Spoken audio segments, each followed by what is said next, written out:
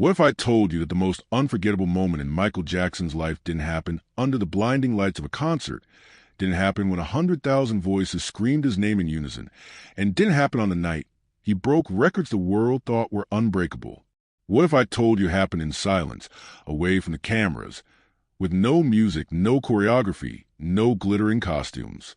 What if I told you it was born from something as small and as immense as the arms of a child wrapped around him, holding him not as a star, not as an icon, not as a king of pop, but as a man, as a soul in need of love? This is the story of that day. A day Michael himself described as a turning point. A day when everything, the fame, the pressure, the endless expectations, melted away, and all that was left was the sound of a child's heartbeat against his chest. It was late afternoon. The sun hung low in the sky, spilling golden light across the city like paint dripping from an unseen brush. Michael had just finished rehearsing for hours. The sound of drums still echoed faintly in his ears, the bass still pulsed through his body, and his throat was raw from singing the same lines again and again until they reached the standard only he demanded of himself. He gave everything to his art, every drop of energy, every ounce of his being.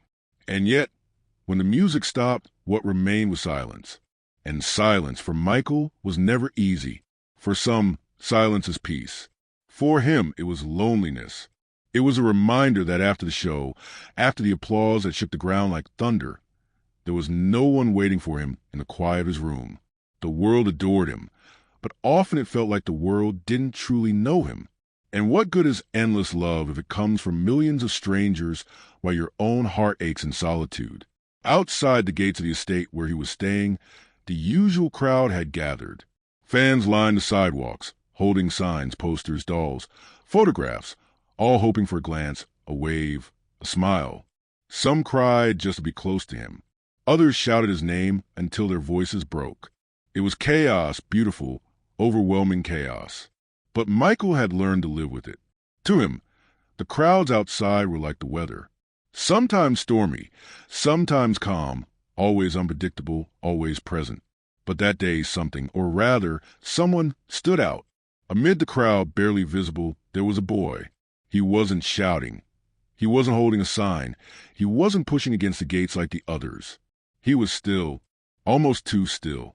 He held a stuffed animal in his arms, one that looked like it had been loved too hard, hugged too often, its fabric worn thin, one of its button eyes hanging by a thread.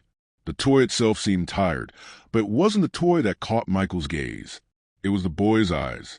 They were large, dark, and heavy with something a child should never have to carry. Pain, loss, a silence deeper than any Michael had ever known. And Michael recognized it instantly, because he had carried it too. For a moment, Michael just watched him, as if waiting for the boy to move, to shout, to do something. But he didn't. He stood quietly, clutching the toy, looking not at Michael the star, but at Michael the man. And in that gaze, Michael saw something terrifyingly honest. He couldn't look away. Something inside him stirred, something stronger than the voice in his head, reminding him of security protocols, of boundaries, of the dangers of moving into the crowd. He ignored the warnings. He ignored the guards who reached out to stop him. He began walking slowly, deliberately, toward the boy. The crowd went wild. Screams rose to the sky, a wave of sound crashing into him. Hands reached out desperately, fans crying, shouting, trying to touch him. The noise was deafening. But for Michael, it all faded. It became a distant echo, like thunder rolling far away. The only thing he heard clearly was the silence between himself and that child. He stopped in front of him, lowered himself slowly, carefully, until their eyes met. "Hi," Michael whispered. It was almost inaudible, a fragile sound, but it carried with it all the vulnerability he had kept hidden for decades. The boy didn't respond with words. Instead, he let the stuffed animal fall slightly to the side, and in one movement, he opened his small arms and wrapped them around Michael's neck. Michael froze, his breath caught in his chest. This wasn't the wild grip of a fan overcome by hysteria. It wasn't desperate, it wasn't forced. It was gentle, simple, and real. The kind of embrace that doesn't ask for anything, doesn't demand, doesn't expect. It only gives. Michael's arms hesitated for a second, and then instinctively, he wrapped them around the boy in return. The child's body was so light in his arms, but the weight of the moment was enormous. The world around them ceased to exist. The shouts blurred into silence. The flashing cameras dimmed into nothingness. Time itself seemed to pause, holding its breath. And in that moment, something inside Michael shifted. He wasn't the king of pop. He wasn't a performer who had to prove himself every night. He wasn't the man carrying the wounds of childhood, the betrayals, the endless scrutiny of the world. He was simply a human being, holding another. The boy whispered something in his ear. Michael leaned closer. The words were soft, fragile, like a secret carried on the wind. To this day, no one knows for sure what was said. Some witnesses swore the child whispered, "Don't leave." Others insisted it was, "Thank you." Michael himself never revealed it. The only thing he ever admitted was that those words pierced him more deeply than any lyric, any song, any declaration of love he had ever received from the world. He held the boy tighter. And for the first time in years, Michael felt tears press at the corners of his eyes. Not the kind of tears he cried alone in the dark, but tears born from something sacred. He closed his eyes, breathing in the moment, engraving it into his soul.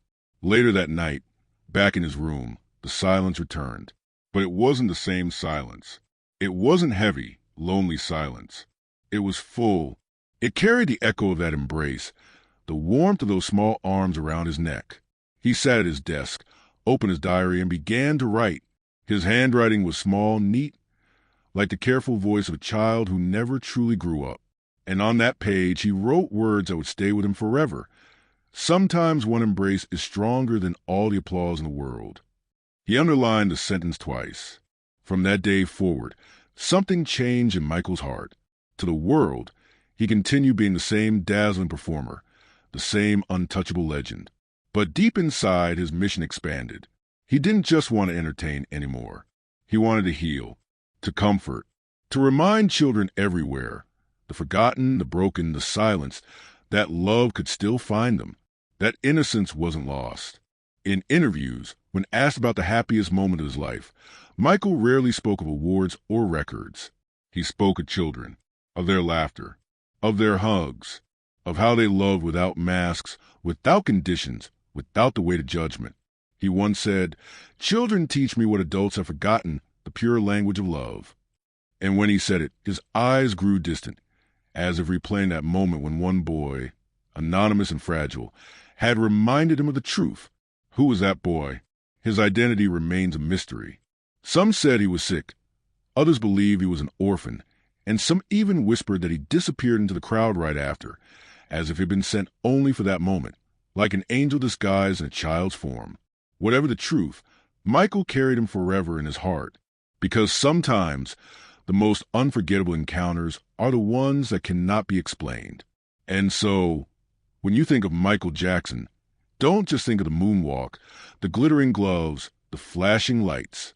Remember, too, the quiet moments, the ones hidden from the cameras, the ones that reveal not the star, but the man. Remember that there was a day when Michael bent down, opened his arms, and embraced a child.